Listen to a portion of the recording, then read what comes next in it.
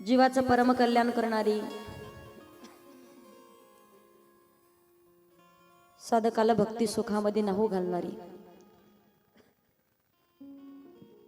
मुक्ती मोक्ष सहज आपल्या उंजळमेदी बहाल करणारी श्रीमद भागवत महापुराण कथा आणि या महायज्ञामध्ये उपस्थित सर्व श्रीकृष्ण भक्तांचं अंतःकरणपूर्वक स्वागत आहे। सर्वप्रथम भागवत भगवंताच्या चरणावरती वंदन करेल। भगवान बालकृष्णलाल यांच्या मूर्तीला वंदन करून हनुमंतरायांच्या चरणावरती वंदन करेल आणि या भागवत धर्माचे प्रचारक प्रसारक वारकरी संप्रदायाचे निष्ठावंत उपासक साधू संत मंडळी सर्वांच्या चरणावरती विनम्र अभिवादन करून संत महात्म्यांच्या पदस्पर्शाने पावन आणि पुनीत झालेली पवित्र अशी महाराष्ट्राची भूमी आहे आणि या महाराष्ट्राच्या मातीमध्ये श्री क्षेत्र बठाण बुद्रुक या नगरीमध्ये चालू असलेला श्रीमद भागवत कथा महायज्ञ सोहळा। तत्पूर्वी सर्व पुरुष मंडळीला माझी विनंती आहे, बडबड गोंधळ न करता एका मिनिटात सगळ्यांनी उठायचं आणि सगळ्यांनी पुढे सरकून बसायचं। बऱ्याच दिवस 2 दिवस झाले तुमचे माझे भांडणं झाल्यासारखं वाटायला लागले। या समोर या।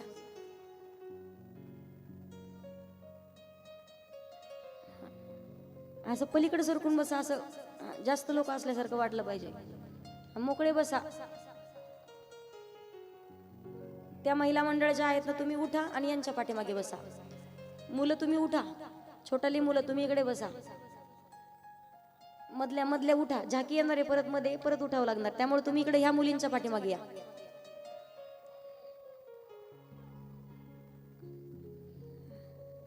आजी उठा, इकडे या।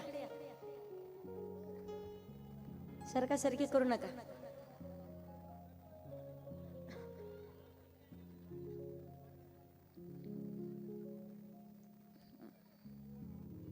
आता कसं चांगलं वाटतंय जरा। बस बस बस, बडबड बडबड बंद करा। महिला मंडळ उठाली, यांना सांगितलं बडबड तुम्ही का करताय? सगळ्यांनी शांत चित्तानं बसायचं। लहान लहान लेकरं त्यांनाही समजून सांगा, ज्यांना झोपायचं असेल तुमच्याच मांडीवर तिथेच झोपी घाला। तुमचे बाळ सुद्धा झोपी घाला, सायलेंट करून ठेवा।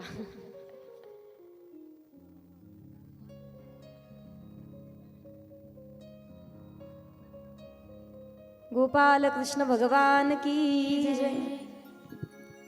अतिशय सुंदर अशा पवित्र अशा मंगलमय वातावरणामध्ये माननीय श्री रावसाहेब पाटील दानवे माजी केंद्रीय मंत्री भारत सरकार यांच्या अभिष्ट चिंतन सोहळ्याच्या निमित्तानं सुंदर असं श्रीमद भागवत महापुराण कथेचं आयोजन केलेलं आहे। प्रत्येक जण अगदी लहान लेकरापासून वयोवृद्ध व्यक्तींच्या पर्यंत आमच्या दादांच्या वरती नितांत निस्वार्थ मनानं प्रेम करणारे तुम्ही मंडळी आहात। अगोदर वाटलं होतं, दादांनाही वाटलं असेल एवढे सगळे येतील का, कथेसाठी येतील का, पण 2-4 महिला मंडळी वयोवृद्ध आल्या होत्या माझ्याकडे। मला म्हणे ताई कथा भरपूर ऐकल्या, कारण आपण जर पाहिलं साधू संत माऊली ज्ञानोबा जगद्गुरु तुकोबा 4 वेद 6 शास्त्र 18 पुराण आहेत। संस्कृत मधून प्रत्येकाच्या कानावरती ती भाषा प्रत्येकाला नाही समजणार, म्हणून माऊली ज्ञानोबारायांनी प्रत्येक व्यक्तीला सर्वसामान्य माणसाला कळावं यासाठी जसा माऊली ज्ञानोबारायांनी महान ग्रंथ भावार्थ दीपिका ज्ञानेश्वरी सारखा महान ग्रंथ अगदी सोप्या सरळ भाषेमध्ये आपल्यापर्यंत पोहोचवलेला आहे, आपल्यापर्यंत मांडलेला आहे। पण प्रत्येक व्यक्तीला जीवनाचा अर्थ समजावा, जीवनातील प्रत्येक प्रश्नाचं उत्तर भेटावं। शांत चित्तानं बसून घ्या।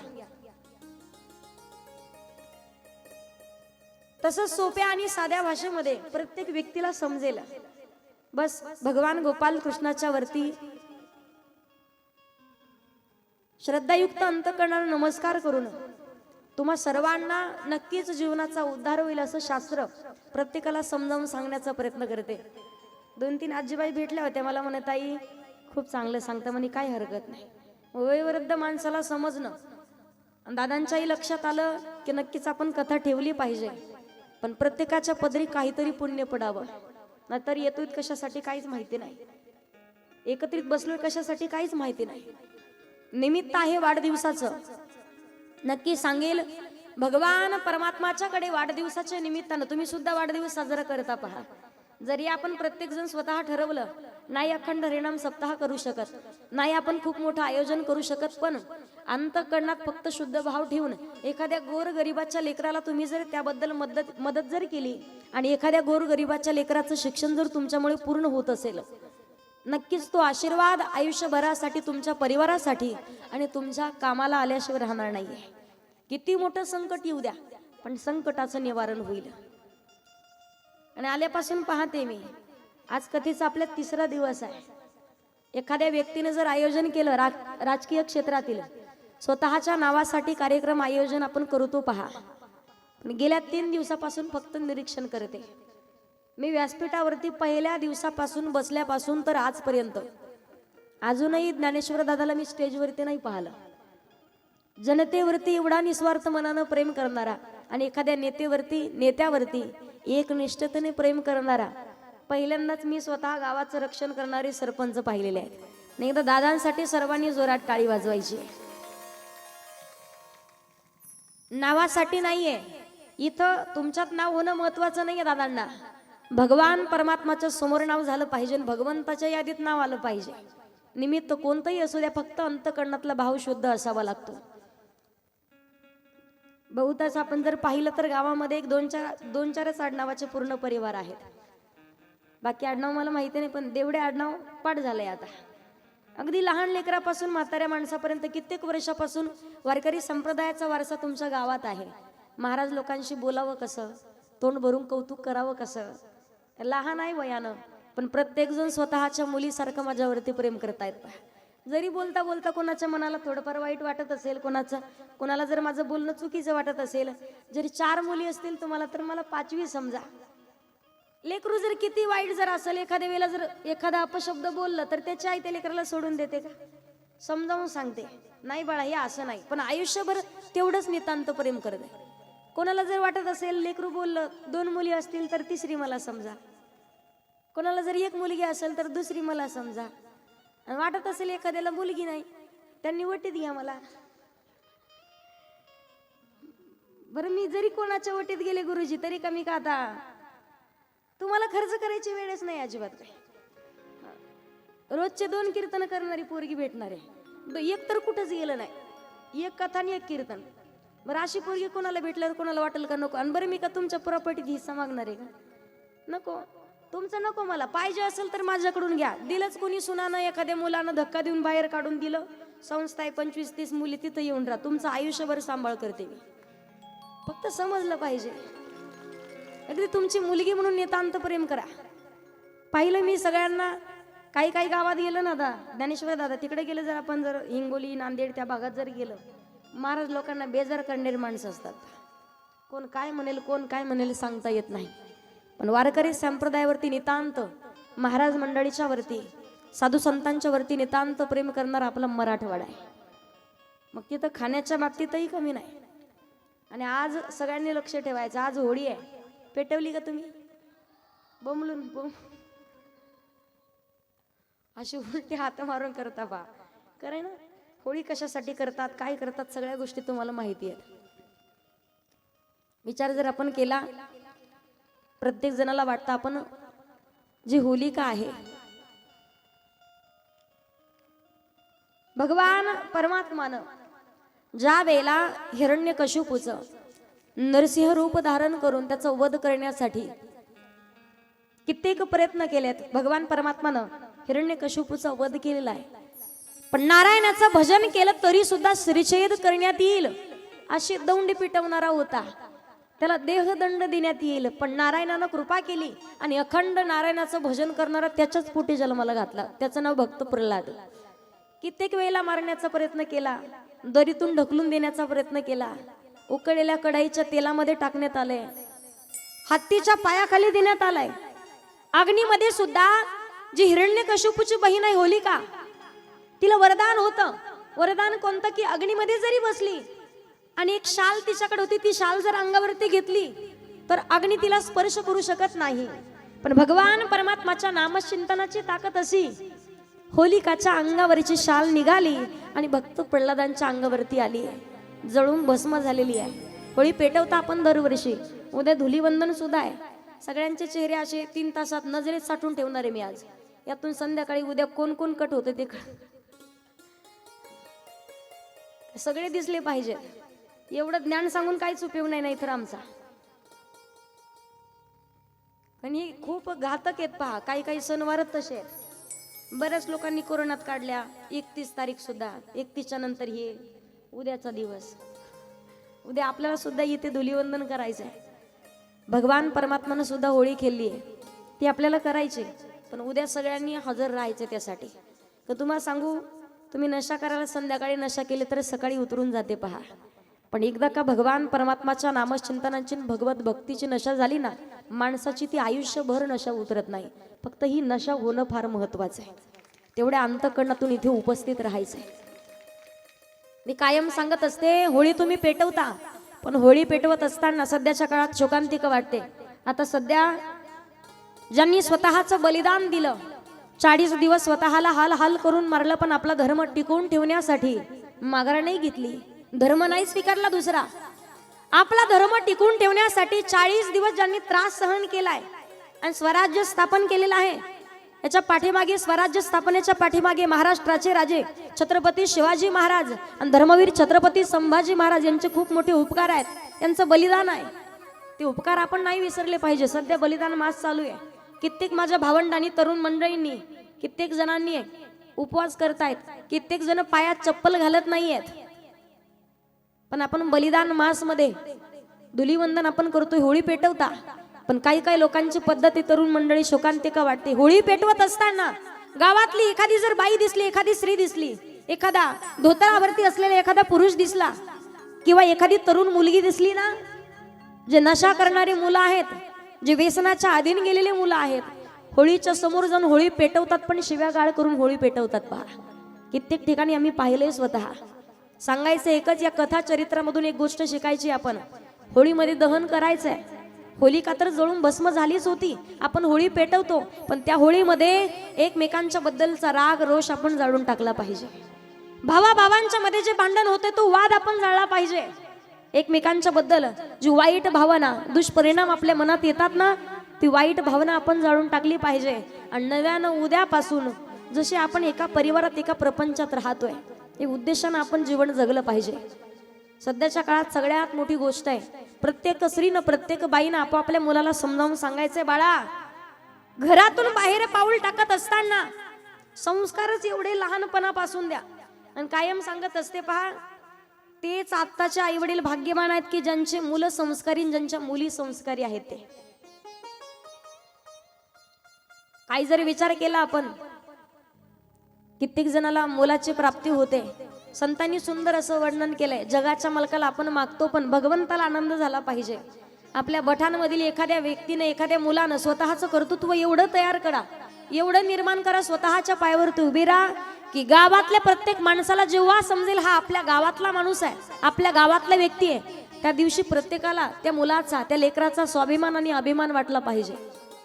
मुलगा असावा, पण भक्त प्रल्हादांच्या सारखा चांगल्या विचाराचा पाहिजे. मुलगी असावी संत जनाबाई सारखी. सगळ्याच मुली सज्जनेत असंही नाही.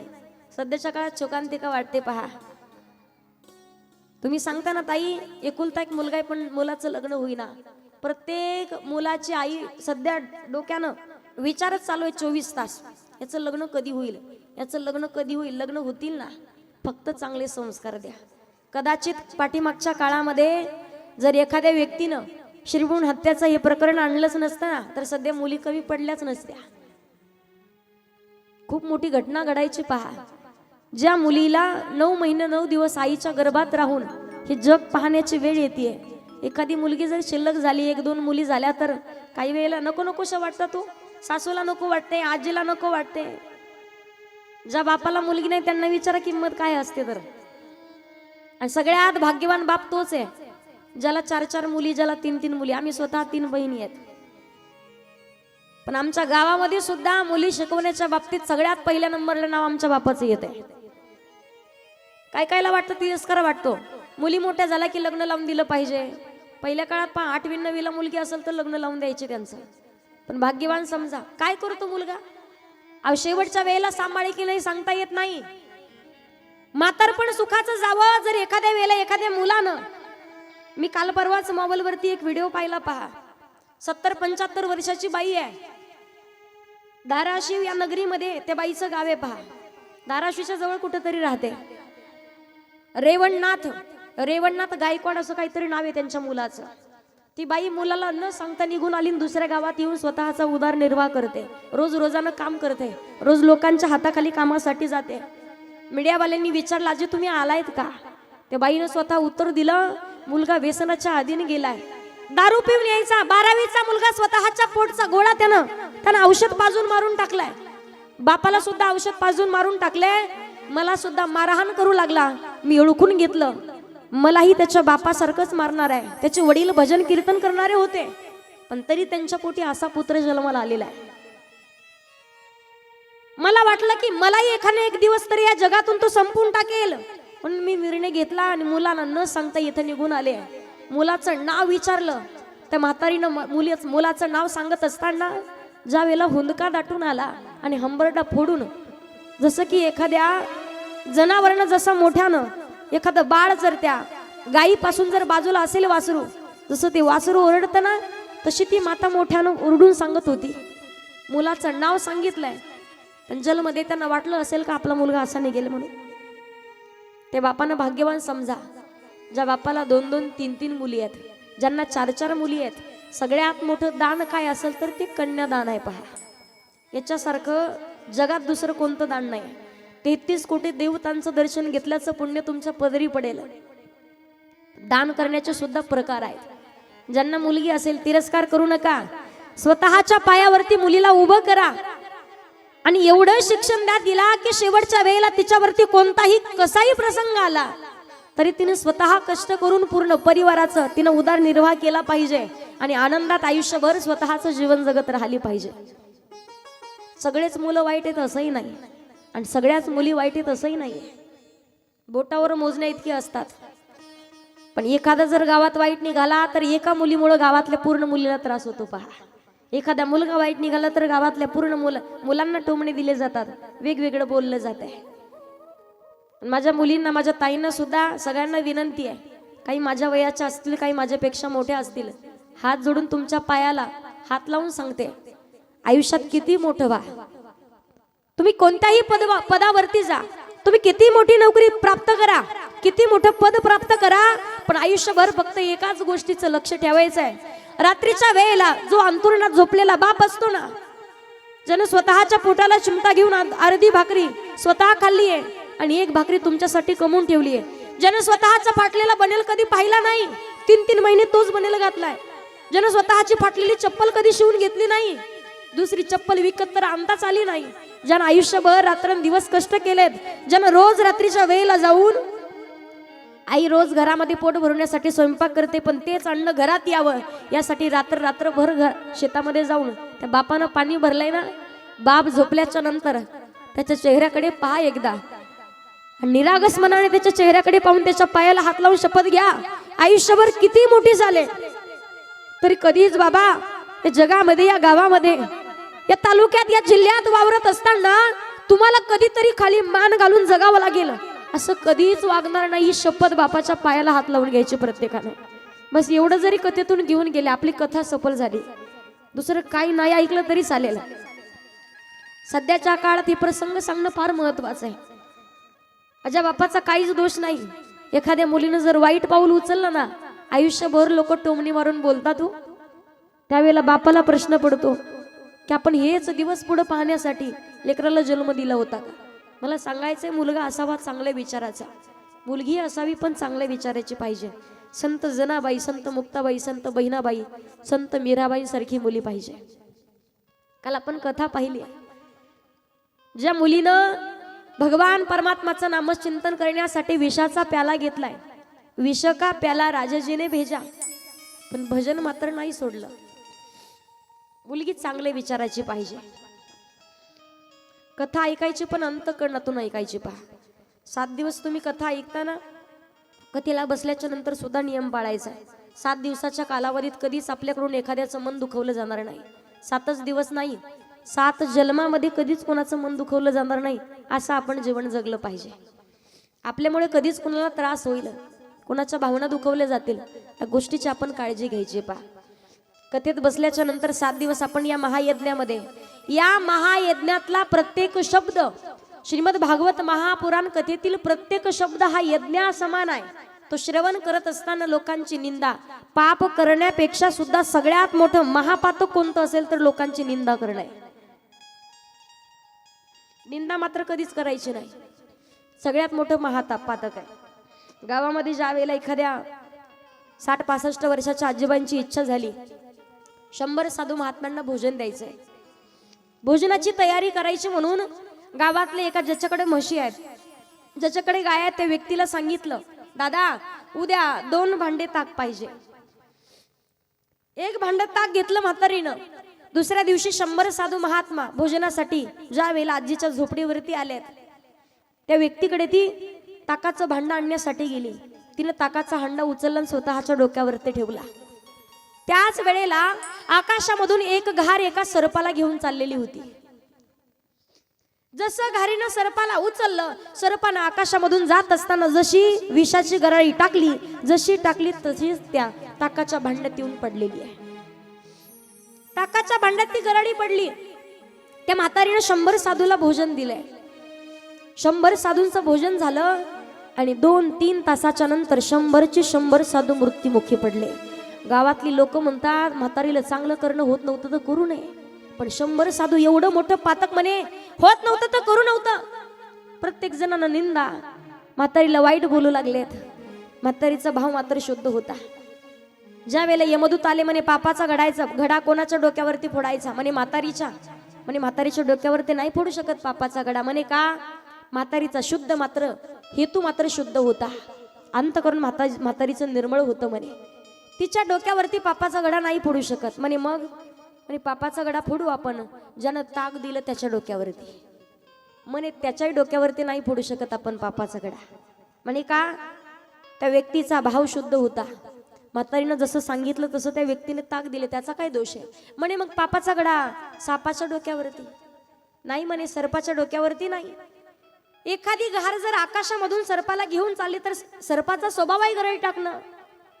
म्हणे घारीच्या डोक्यावरती पापाचा घडा म्हणे नाही फोडू शकत. म्हणे का? एखाद्या सर्पाला पाहिलं तर घारीला उचल, सर्पाला उचलणं ही घारीचा स्वभाव आहे.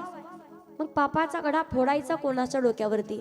म्हाताऱ्याच्या डोक्यावर नाही, ज्यानं ताक दिलं त्याच्या डोक्यावर नाही, सर्पाच्या डोक्यावर नाही, घारीच्याही डोक्यावर नाही. म्हणे मग पापाचा घडा कोणाच्या डोक्यावरती? बठांमध्ये फिरत होते, फिरता फिरता कुच्चर वट्यावरती उसण्या तंबाखूला उसना चुना लावणारे दिसले 7-8-10.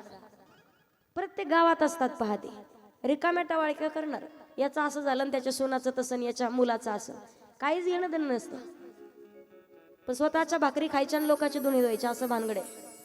उसण्या तंबाखूला उसना चुना लावणारे पाहिले, निंदा करत होते. म्हातारीला कळत नव्हतं का म्हणे, हिच्या लेकानं तर कधी चांगलं कर्म केलंच नाही, म्हणे तिच्या मालकानं तर कधी चांगलं कर्म केलंच नाही. पण स्वतः शिकवण पुराणांना सुद्धा तशीच आहे. चांगलं करणं होत नव्हतं म्हणे, भाव तर नव्हताच. कशाला एवढे मोठं पातक घ्यावं म्हणे. 100चे 100 साधू मरण पावले. ते यमदूतांनी पाहिलं म्हणे, पापाचा घडा ज्यानं ताक दिलं त्याच्या डोक्यावर नाही, घारीच्या डोक्यावर नाही, सर्पाच्या डोक्यावर नाही, म्हातारीच्या डोक्यावर नाही. म्हणे मग कुच्चर वट्यावरती याची त्याची निंदा करणाऱ्या लोकांच्या डोक्यावरती फोडा म्हणे पापाचा घडा. आपण त्याच कामाचे आहेत. एकीमेकीची निंदन टवाळकी करण्यापेक्षा, काड्या करण्यापेक्षा देवाचं भजन केलं कधी चांगलं ना. तुलसीदासानं त्यांच्या पत्नीने उपदेश केला. एवढेच प्रयत्न जर प्रभू श्री रामाची भेट घेण्यासाठी केले असते ना, तर प्रभू रामचंद्राचं केव्हाच दर्शन झालं असतं. लोकांची निंदा करण्यापेक्षा तेवढ्या वेळेत जर भगवान गोपाल कृष्णाचं भजन केलं ना, तुम्हाला भगवान गोपाल कृष्ण कधी दर्शन देऊन जातील सांगता येणार नाही. फक्त अंतःकरणातला भाव तेवढा शुद्ध ठेवायचा आहे. कथा श्रवण करत असताना माणसाचा क्षणाचाही भरवसा नाही, अंतःकरणातून भाव शुद्ध ठेवा. जगाच्या मालकासाठी, भगवान परमात्मासाठी निर्मळ मनानं, श्रद्धायुक्त अंतःकरणानं नामचिंतन करायचंय. सांस रुक जाएगी चलते चलते, शम्मा बुझ जाएगी जलते जलते, दम निकल जाएगा, दम निकल जाएगा, दम निकल जाएगा रोशनी का, क्या भरोसा है इस जिंदगी का, क्या भरोसा है इस जिंदगी का, क्या भरोसा है इस जिंदगी का।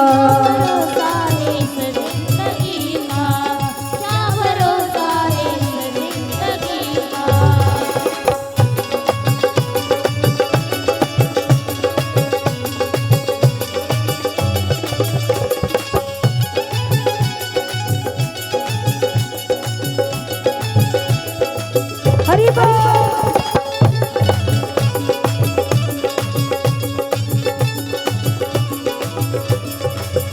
हम रहे ना मोहब्बत रहेगी, रास्ता अपनी दुनिया कहेगी, फर्ज पूरा करो, फर्ज पूरा करो, फर्ज पूरा करो बंदगी का, क्या भरोसा है इस जिंदगी का, क्या भरोसा है इस जिंदगी का, क्या भरोसा है इस जिंदगी का।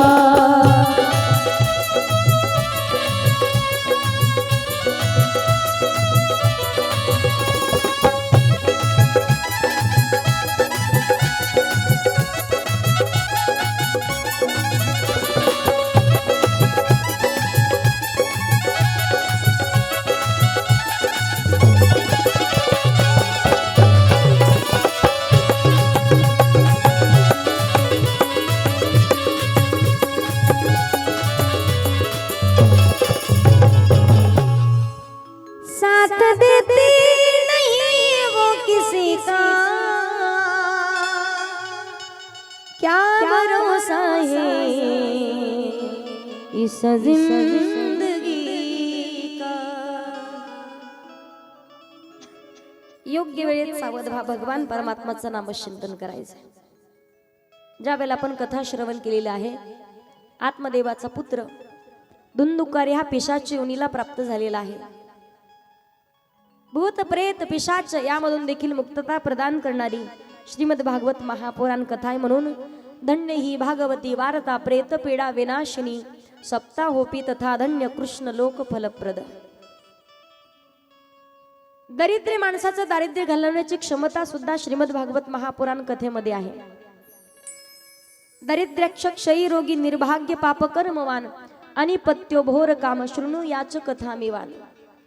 फक्त अंतकरणातला भाव तेवढा शुद्ध ठेवून कथा श्रद्धायुक्त अंतकरणातून श्रवण करायचे। धन धान्य पुत्र प्राप्त या सगळ्या गोष्टी प्राप्त होतील, तेवढ्याच श्रद्धेने भागवत कथा कशी ऐकावी, जोपर्यंत अंतकरणात भाव शुद्ध आहे नक्कीच भगवान परमात्माची कृपा झाल्याशिवाय राहत नाही। कथा ऐकणारा असावा, पहा कसा असावा, कथा ऐकणारा असावा राजा परीक्षितीसारखा, कथा ऐकणारा असावा नारदांच्या सारखा, कथा ऐकणारा असावा शौनकादिक महामुनींच्या सारखा, आणि कथा ऐकणारा असावा पिशाच योनीमध्ये असताना सुद्धा ज्यानं बांबूच्या कांड्यामध्ये बसून कथा श्रवण केली धुंदुकारी सारखा, अंतकरणातून कथा श्रवण केली, त्याच्याही जीवनाचा उद्धार झालेला आहे।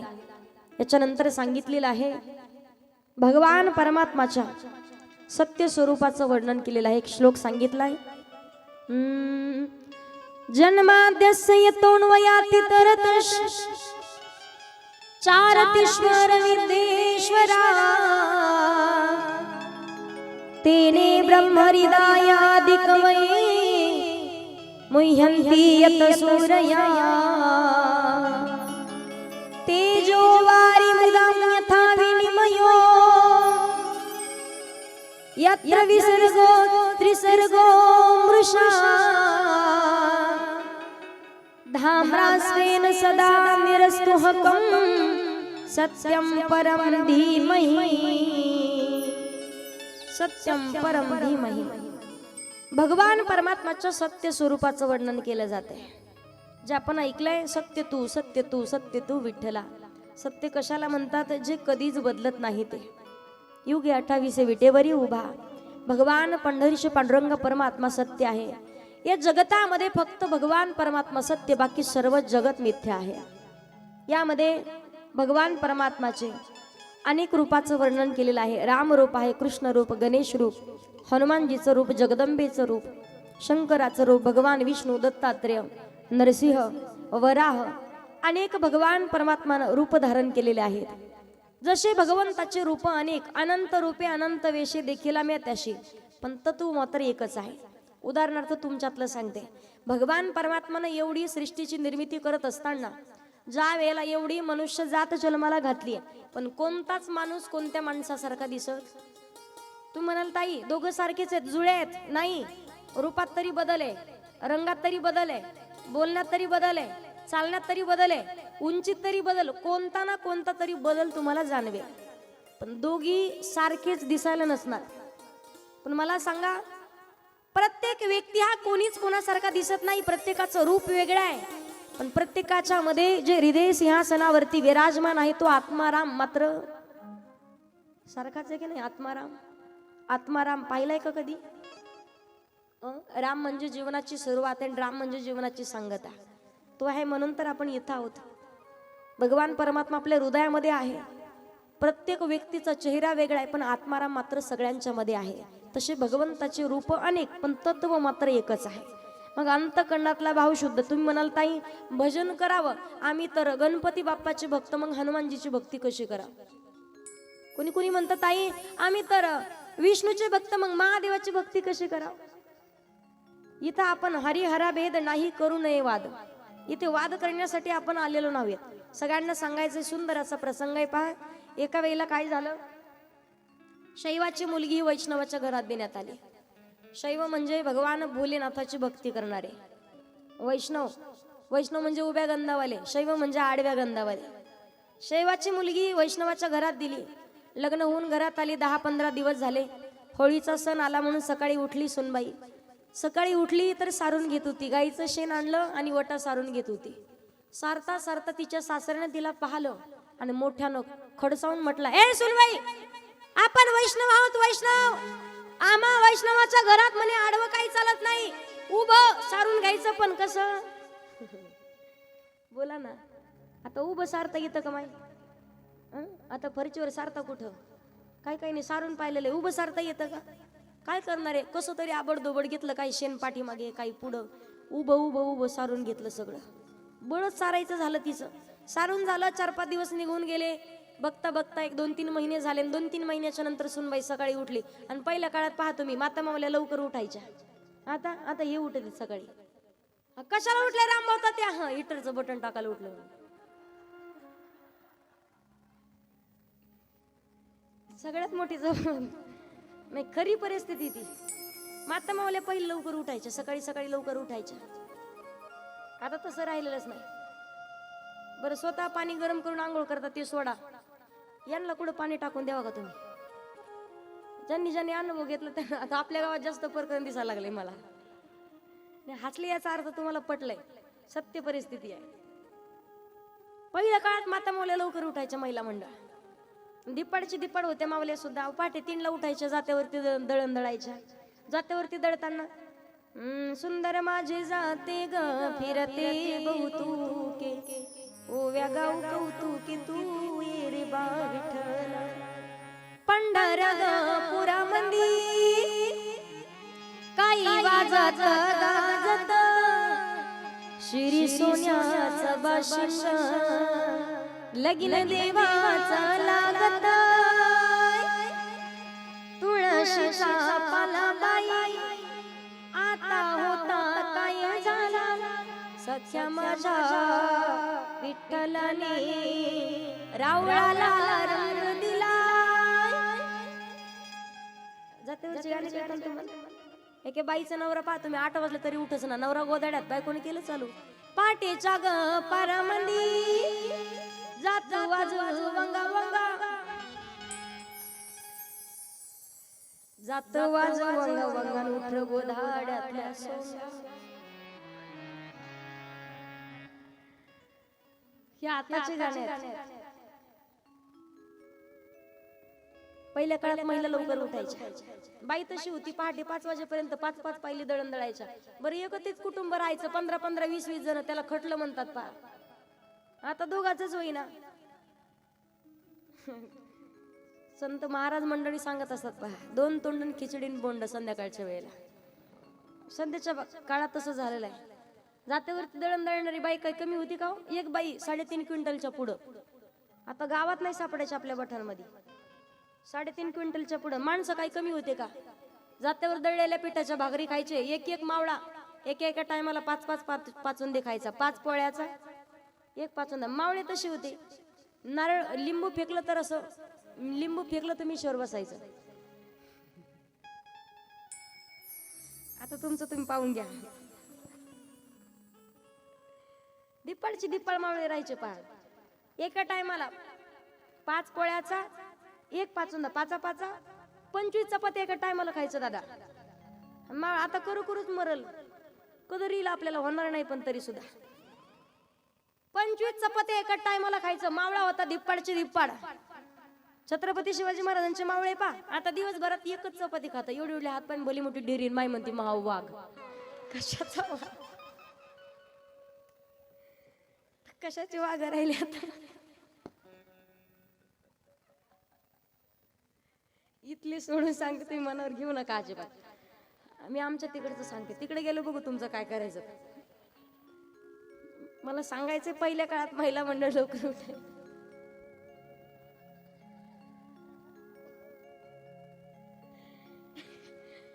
आमच्या आदर्श भाऊकडे आलं.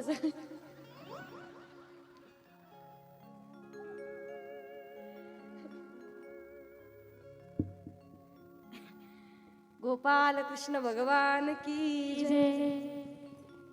महिला पहाटे लवकर उठायच्या. तशी ती सुनबाई लवकर उठली, पण पहिल्या काळात असा पदर टाकलेला राहायचा. घोंगट राहायचं, घोंगट. सासरा सकाळी उठला, त्यानं पटकन मिश्री घेतली. मिश्री लागायला दाताला. सुनबाई उठली. सुनबाईन पाहिलं. पहा तुम्ही, घोंगट टाकणाऱ्या बाईला समोरच्या माणसाला दिसत नाही तिचे डोळे, पण त्या बाईला दिसतं समोरचा माणूस कोण आहे. हिनं जसं मिश्री लावताना सासऱ्याला पाहिलं, ती म्हणे, सासरी बा तुम्ही वैष्णव आहात. वैष्णव म्हणे, वैष्णवाच्या घरात आड काही जमत. दात घासा म्हणे पण उभे. सासरा म्हटलं, तेरी बी चूप पण मेरी बी चूप. तू तुझ्या पद्धतीने वाग म्हणे. मी अजिबात तुझ्या फंदात पडत नाही. मला सांगायचं काय, उगाच आपण ह्या देवाची भक्ती करतो मग आम्ही याची कशी, हे डोक्यातच आणायचं नाही. कधी देवाचे रूप अनेक आहेत, पण तत्व मात्र एकच आहे. सुंदर सोप्या भाषेत सांगते तुम्हाला. मला सांगा, जसं की एखाद्या व्यक्तीला गुलाबी रंग आवडतो. उदाहरणार्थ मला गुलाबी कलर आवडतो. तुम्हाला आवडेलच कशावरून? एखाद्याला पिवळा रंग आवडतो. तुम्हाला आवडली कशावरून? जी तुमची आवडते ती तुमच्या शेजाऱ्याची नाही, ती सोडा. जी बापाची आवडते ती लेकाची नाहीये. जी आईची आवड ती मुलीची नाहीये. प्रत्येकाची आवड वेगळी. तसे देवाचे रूप अनेक आहेत. कोणी हनुमानजीची भक्त करतं, कोणी भगवान गोपाल कृष्णाची भक्ती करतं. याचा अर्थ असा नाही की देवाची प्राप्ती होत नाही. हनुमानजी कृपा करतात लवकर आणि गणपती बाप्पा करत नाही, याचा अर्थ असा नाही. ज्या भगवान परमात्मा विषयी तुमच्या अंतःकरणात श्रद्धा, निष्ठा, भाव, भक्ती, प्रेम असेल, बस तो भगवान परमात्मा तुमच्यावरती कृपा करणार आहे. आता आपण पहा, तुम्ही देवाला नवस करता 1 महिनाभर माई भगवतीचं भजन. बांगड्याची माळ, लिंबावानी डोळा, बांगड्याची माळ, लिंबावानी डोळा, उभी आहे नदीच्या काठाला. आई ग, उभी आहे नदीच्या काठाला. हे लखाबाई उतराज आलाय भेटीला. लखाबाई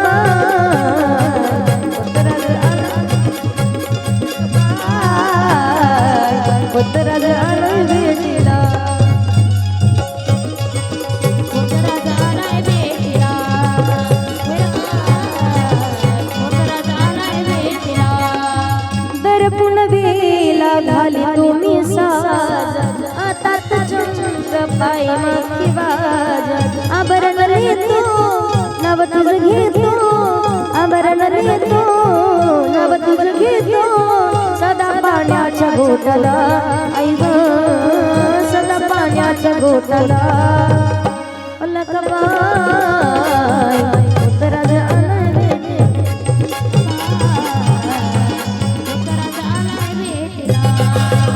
आई राजा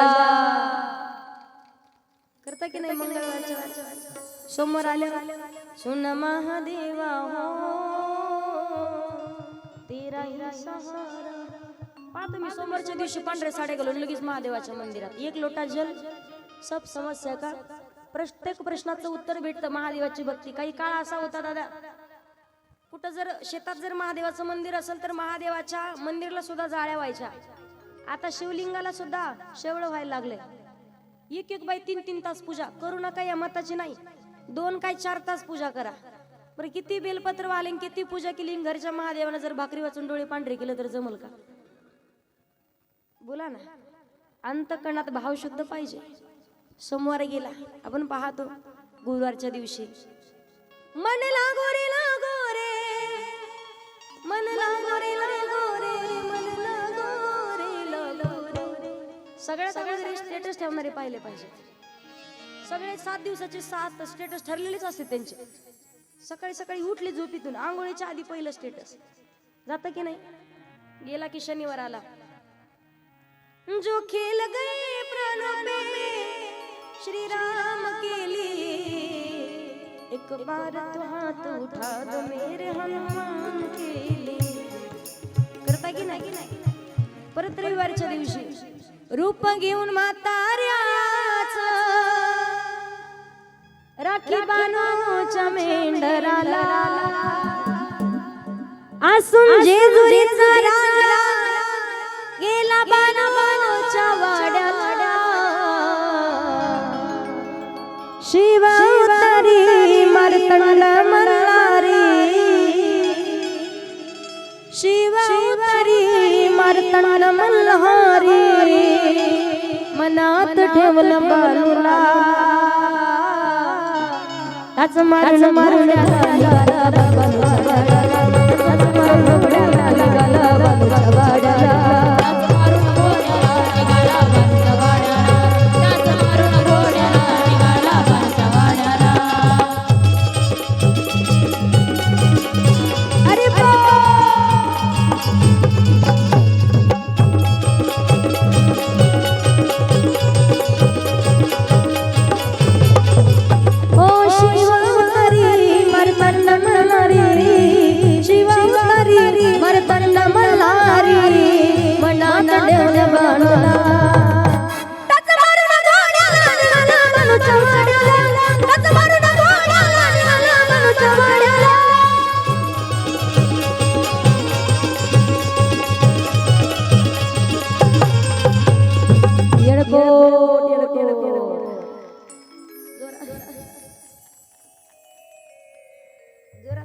आई राजा.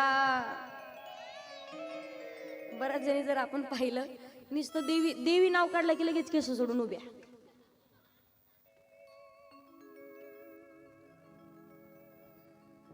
आपोआपला विषय. मला सांगायचं एकच कुठेतरी फक्त श्रद्धा निष्ठा पाहिजे. अंतकरणातला भाव शुद्ध पाहिजे. भगवान परमात्माचे रूप अनेक पण तत्व मात्र एकच आहे. सगळ्यात सोपा प्रसंग सांगून तुम्हाला सोप्या भाषेत सांगता येईल का? एका गावामध्ये वारकरी घराणा होता. पहा मुलगा 1.5 महिन्याचा झाला की त्याच्या गळ्यात माळ टाकली जायची. पवित्र तुळशीची माळ. 7-8 पिढ्यापासून प्रत्येकाच्या घरात प्रत्येक जण माळकरी आहेत. पण एक दिवस त्याच घरातून एका गावातल्या महाराजांना आवाज येऊ लागला. कोणी म्हणायचं मी चिमणी खाणार, कोणी म्हणायचं मी मांजर खाणार, कोणी म्हणायचं मी पोपट खाणार. गावातले ते महाराज आले, चालत आले, सांगतात मूर्खांनो अक्कल आहे का तुम्हाला? अरे 1.5 महिन्याचा झाल्यापासून तुमच्या गळ्यात माळ टाकली म्हणे तुमच्या आजोबांनी आणि खुशाल म्हणतात चिमणी खाणार, मांजर खाणार, पोपट. लाज वाटते का? महाराजांचं जोराचं बोलणं ऐकलं, मुलं मोठ्या मोठ्यानं हसायला लागले. महाराज म्हणतात तुम्हाला थोरा मोठ्यांचा आदर सन्मान करायचं शिकवलं नाही का म्हणे तुम्हाला? खुशाल तुम्हाला समजावून सांगतो, मोठ्या मोठ्यानं हसता म्हणे. लाज वाटते का? मुलं म्हटलं महाराज ऐकून तर घ्या. आम्ही म्हटलो चिमणी खाणार, मांजर खाणार, पोपट खाणार, पण ऐका ना. आताच म्हणे 1 महिन्यापूर्वी आमच्या मोठ्या चुलत भावाचं लग्न झालंय म्हणे. आणि त्या चुलत भावाच्या लग्नात रुखवतावरती साखरेची चिमणी, साखरेचा पोपट आणि साखरेची मांजर आली म्हणे. ते खाण्यासाठी भांडणं लागले. यांचं उत्तर ऐकून महाराज हसायला लागले. महाराज म्हणतात अरे मग काही जरी खाल्लं तरी चव एकच लागणार आहे ना. तसे देवाचे रूप अनेक आहेत पण तत्व एकच आहे. भगवंताचे रूप अनेक, तत्व मात्र एकच आहे. म्हणून कोणत्याही भगवंताची भक्ती करा अंतःकरणातून, बस तुम्हाला मात्र फळ भेटणार आणि तुमच्या संकटाचं निवारण होणार आहे. अंतःकरणातला भाव शुद्ध पाहिजे. आणि सुंदर असं एक भजन आहे पहा, भगवंताचं सत्य स्वरूप प्रत्येकाच्या पर्यंत पोहोचणार आहे. ईश्वर सत्य है,